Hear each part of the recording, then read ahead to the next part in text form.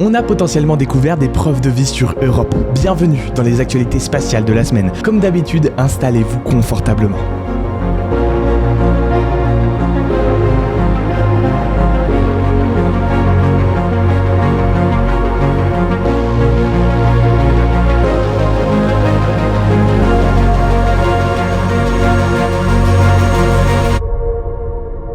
Des indices prometteurs de la possible existence de vie sur Europe, l'une des lunes de Jupiter, ont récemment émergé grâce au télescope spatial James Webb. Toutefois, il convient de demeurer prudent, car ces découvertes suggèrent davantage qu'elles n'affirment. Ce qui rend cette trouvaille fascinante ne réside pas tant dans la simple détection du dioxyde de carbone sur Europe, mais plutôt dans la signification profonde du carbone qui compose ce dioxyde. L'association entre le carbone et la notion de vie est bien ancrée dans notre compréhension, puisque le carbone est un élément fondamental à la base de toute vie sur Terre. Néanmoins, plongeons-nous un peu plus profondément dans le cas d'Europe. Malgré sa surface recouverte d'une épaisse couche de glace, des indices solides laissent penser qu'un océan d'eau subsiste sous cette surface gelée. Sur Terre, l'eau est synonyme de vie, car c'est dans ce milieu que la vie a pris naissance et a prospéré. L'association du carbone et de l'eau sur Europe suscite donc l'idée intrigante de l'existence potentielle d'organismes microscopiques, voire d'entités biologiques plus complexes. Cependant, il faut rester prudent et pas attirer des conclusions trop hâtives. Ces éléments prometteurs se cachent sous la surface,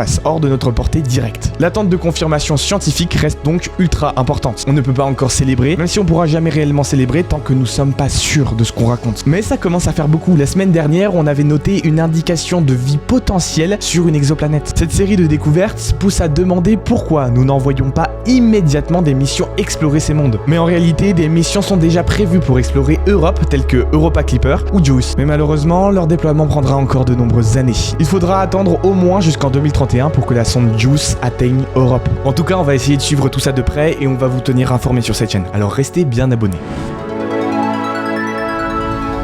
Nous avons récemment récupéré des échantillons d'origine extraterrestre, une réalité qui semble tout droit sortie d'une science-fiction. Ces précieux échantillons proviennent d'un astéroïde qui a parcouru un voyage épique de plus de 3,9 milliards de kilomètres. Et tout ça à travers l'espace interstellaire. Cet astéroïde nommé Bennu a été témoin des premiers instants du système solaire et a connu des mystères profondément enfouis depuis des milliards d'années. Nous avons décidé d'envoyer une sonde spatiale pour explorer ce mystère cosmique de près. L'exploit technologique qui a permis tout cela est tout à fait remarquable. Voici un petit bilan de ce qu'elle a fait. La sonde spatiale s'est approchée de Bennu avec précision et millimétrie, effleurant la surface de l'astéroïde pendant quelques millisecondes seulement, juste assez longtemps pour pouvoir prélever des échantillons sur son sol ancien. Ces précieuses découvertes ont ensuite été renvoyées sur Terre, descendues en parachute, une commande Uber Eats le bordel. Mais à quoi tout cela va servir ? Eh bien, imaginez-vous un instant vous demander comment notre propre système solaire s'est formé, pourquoi la Terre se trouvait exactement là où elle est, pourquoi elle abrite actuellement la vie que nous connaissons. Ces questions sont fondamentales et attendent d'être répondues depuis des années. Peut-être qu'on en saura un peu plus grâce à cette formidable mission. Ce que nous espérons trouver dans ces échantillons, ce sont des indices, des clés qui nous permettront de remonter dans le temps et percer peut-être les secrets de la formation des planètes et peut-être même d'entrevoir des prémices de la vie elle-même. On vous tiendra encore une fois informé sur cette chaîne. Car cette mission maintenant envoyée sur Terre, elle est toujours pas terminée. Vous vous doutez bien, il va falloir analyser tout ça et pour ça, il va falloir attendre.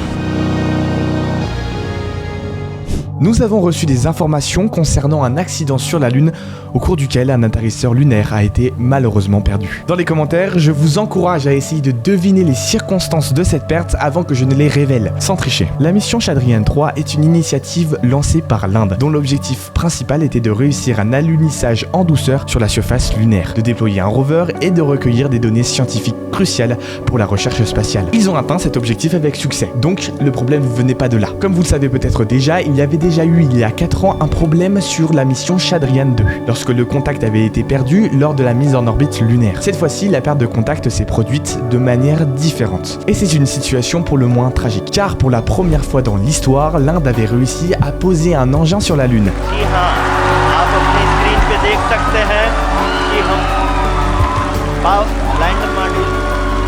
Même si cela a été de courte durée. Comme vous l'aurez peut-être deviné, la mission a été ensuite marquée par la perte de communication avec l'atterrisseur Vikram et le rover Pragyan, après une nuit extrêmement glaciale. Il est important de noter que ces nuits glaciales sur la Lune sont caractérisées par des températures extrêmement basses. Ils surviennent lorsque la surface lunaire est plongée dans l'obscurité totale, à l'opposé du Soleil. Cela expose les rovers à un froid intense, mettant leur survie dans des conditions extrêmes. Cependant, ça signifie pas qu'ils peuvent pas résister à de telles conditions. Ces engins peuvent accomplir des prouesses extraordinaires. Uniquement si ils sont bien équipés, bien sûr. Surtout lorsqu'on sait qu'il y a des missions telles que Chang'e 4 et Yutu 2 qui ont survécu de nombreuses fois à des nuits lunaires. Yutu 2 en particulier poursuit actuellement son exploration de la face cachée de la Lune après avoir traversé plus de 50 nuits lunaires au cours de ces 4 dernières années. Avoir déjà accompli cela révèle déjà de l'exploit en soi. Je vous tiendrai encore une fois informé sur cette chaîne.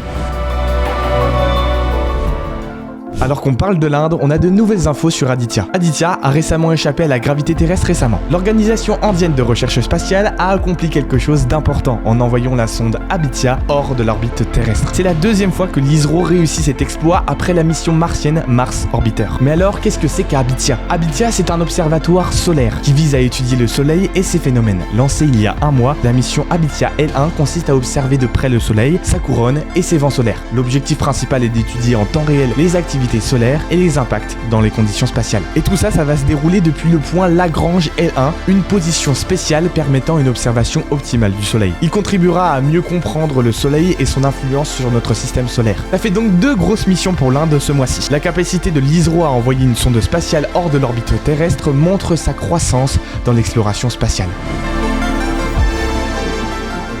La Federal Aviation Administration, la FAA, a récemment conclu son enquête officielle sur l'accident impliquant la fusée New Shepard de Blue Origin. On en avait parlé la semaine dernière. Cette investigation découle d'un événement survenu en septembre de l'année précédente, lors du lancement de la fusée New Shepard. L'incident en question est lié au moment du décollage, et elle avait été attribuée à des températures de fonctionnement du moteur qui avaient atteint des niveaux bien supérieurs à ce qui avait été initialement prévu. Cependant, il est important de noter que la FAA a tout de même émis un ensemble de 21 actions correctives à mettre en place avant que Blue Origin puisse reprendre des activités de vol spatial. Et ça, c'est plutôt une bonne nouvelle pour Blue Origin, mais aussi pour le tourisme spatial. Parce que eux, tout ce qu'ils veulent, c'est pouvoir relancer ces missions spatiales dans un avenir proche.